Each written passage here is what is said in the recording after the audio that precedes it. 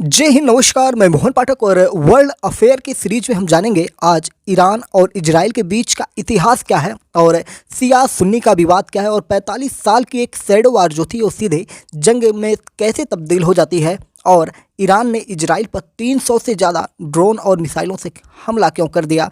सब कुछ डिटेल में आपको बताएंगे जिससे कि आपको पता चल सके कि भारत में भले ही लोकसभा चुनाव चल रहा हो लेकिन दुनिया में यूक्रेन रूस के अलावा भी किन्हीं राष्ट्रों में युद्ध चल रहा है। तो चैनल पर नए हैं तो एमपीएस हिंदी को सब्सक्राइब करके डेली करंट अफेयर्स और न्यूज एनालिसिस के लिए हमारे साथ जुड़ सकते हैं। बात करते हैं 14 अप्रैल 2024 की सुबह की।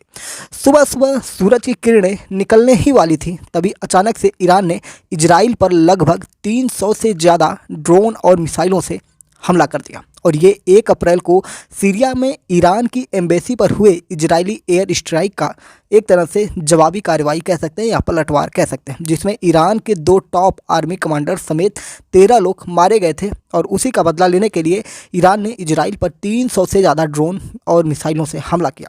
इसी के साथ ईरान और इजराइल के आमने सामने की जंग छिड़ गई जो पिछले 45 सालों से पर्दे के पीछे लड़ी जा रही थी। ईरान की अगुवाई में तमाम सिया देश या सिया मिलिशिया ग्रुप भी इजराइल के खिलाफ खुले तौर पर मोर्चा खोल चुके हैं।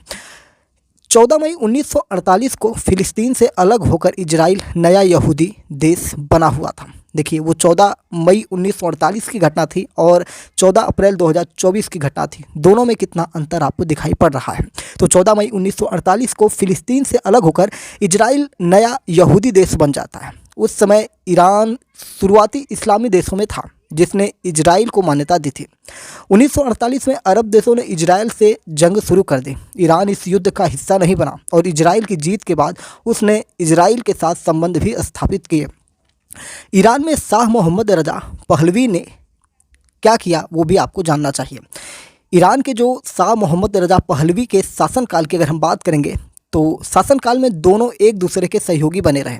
उस दौर में ईरान पश्चिम एशिया में सबसे बड़े यहूदी समुदाय का घर था। एक समय ऐसा भी था जब दोनों देश के बीच आयात निर्यात भी होते थे।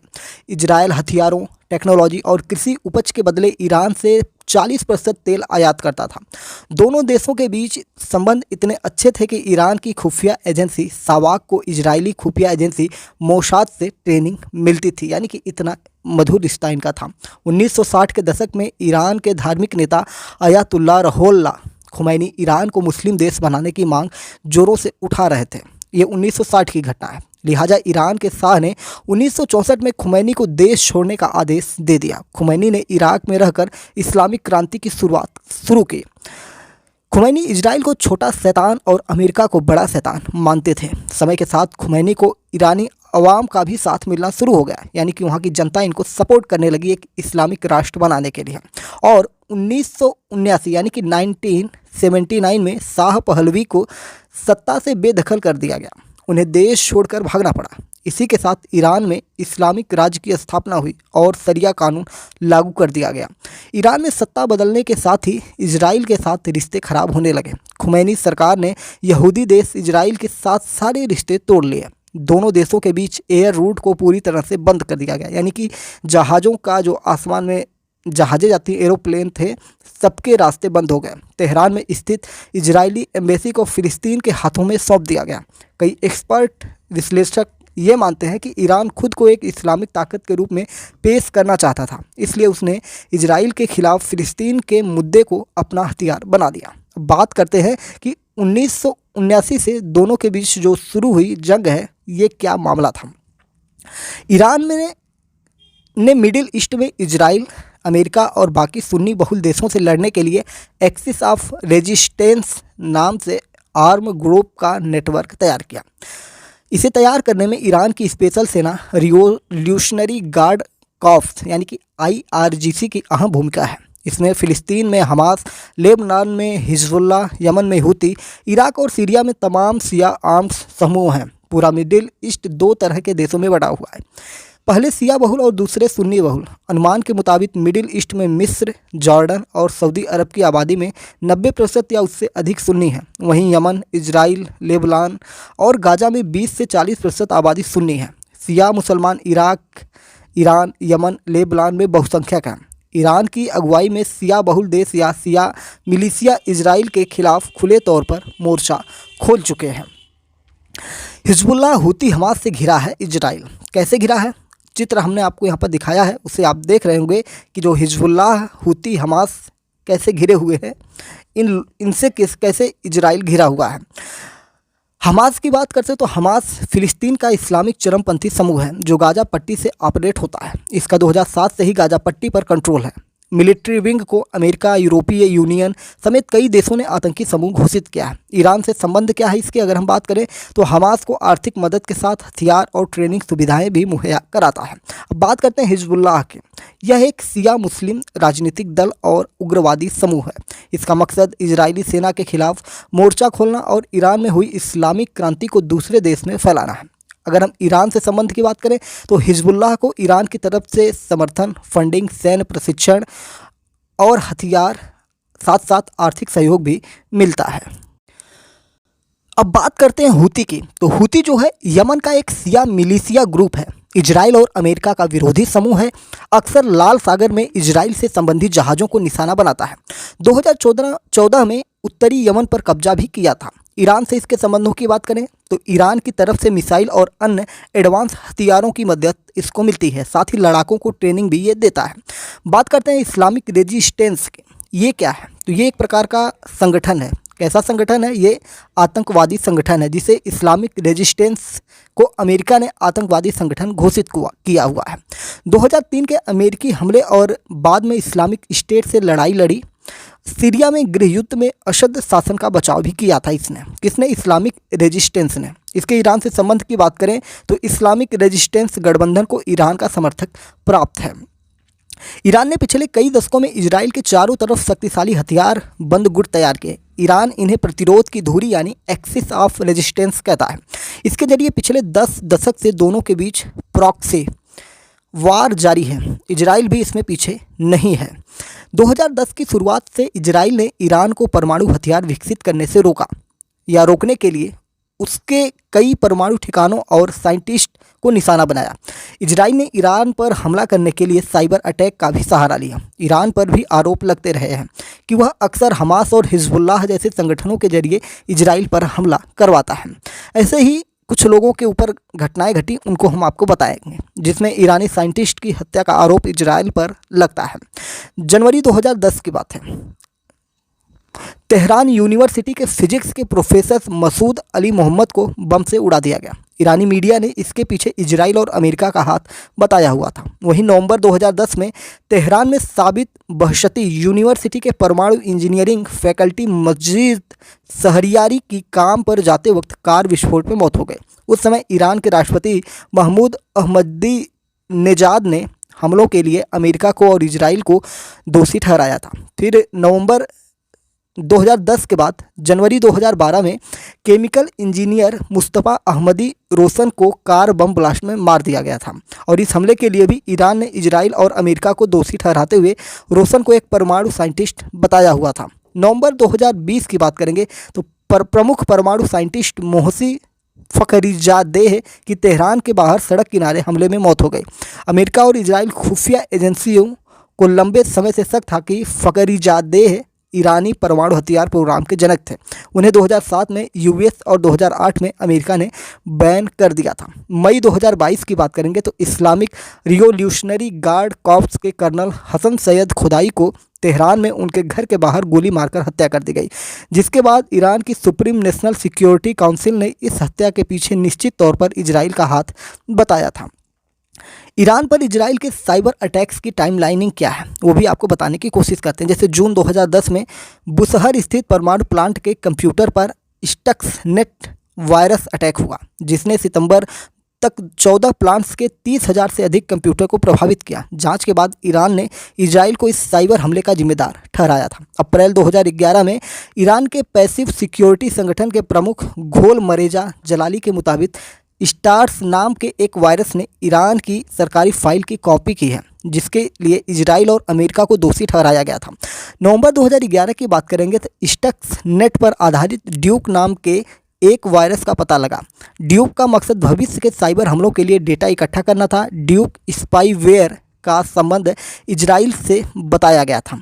अप्रैल 2012 की अगर हम बात करेंगे तो वाइपर मैलवेयर ने ईरान के पेट्रोलियम मंत्रालय और राष्ट्रीय ईरानी तेल कंपनी के कंप्यूटर्स के डेटा को डिलीट कर दिया। फिर मई 2012 में फ्लेम नाम के वायरस ने ईरान के सरकारी डेटा को चोरी करने के लिए सरकारी कंप्यूटर पर हमला किया। वाशिंगटन पोस्ट के मुताबिक इजराइल और अमेरिका ने इसका इस्तेमाल खुफिया जानकारी इकट्ठा करने के लिए किया था। वहीं अक्टूबर 2018 में ईरान ने स्टक्सनेट के नए जनरेशन के अटैक को रोका। साइबर अटैक के पीछे इजराइल का हाथ बताया गया। अक्टूबर 2018 की अगर हम बात करेंगे तो सब्सिडियरी रेट पर तेल खरीदने के लिए सरकार की ओर से जारी किए गए कार्ड के सिस्टम पर अटैक और ईरान के सभी 4300 पेट्रोल पंप पर इसका उस समय असर पड़ा हुआ था। स्क्रीनशॉट लगे हैं, अगर बातें समझ में ना आए तो उनको ध्यान से देख लीजिएगा। मई 2020 में ईरान के दक्षिणी तट पर स्थित शाहिद रजाई बंदरगाह पर समुद्री यातायात को कंट्रोल करने वाले कंप्यूटर पर अटैक किया गया था। वाशिंगटन पोस्ट में अमेरिकी अधिकारियों के हवाले से इसके पिछले इजराइल का हाथ इसमें बताया गया था।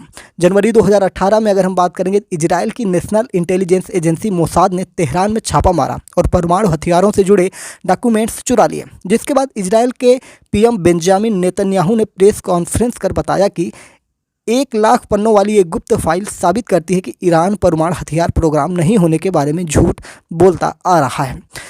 दिसंबर 2023 में publish the wall street journal में इजराइल के पूर्व प्रधानमंत्री नफ्ताली बेनेट ने स्वीकार किया था कि इजराइल ने फरवरी 2022 में एक मानव रहित प्लेन पर हमला किया और एक वरिष्ठ IRGC कमांडर की हत्या की थी।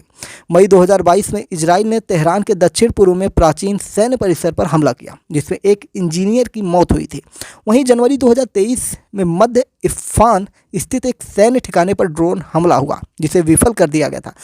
7 अक्टूबर 2023 को हमास ने इजराइल में घुसकर 1200 लोगों को मार डाला और 234 लोगों को बंधक बना लिया। इसके कुछ घंटे बाद इजरायली सेना ने गाजा पर हमला बोल दिया। गाजा में हमले के बाद से ईरान ने प्रॉक्सी हमले तेज कर दिए। जवाब में इजराइल ने सीरिया में ईरान के ठिकानों पर हमले तेज कर दिए। ईरान ने कहा कि हमास के हमले के बाद इजराइल की सैन्य प्रतिक्रिया का जवाब इजराइल विरोधी समूह द्वारा दिया जाएगा। इसके बाद हिजबुल्लाह ने उत्तरी इजराइल में मिसाइलें, मोर्टार, रॉकेट दागने शुरू कर दिए। ऐसे में इजराइल की सेना को एक ही समय पर 2 मोर्चों पर लड़ने के लिए मजबूर होना पड़ा।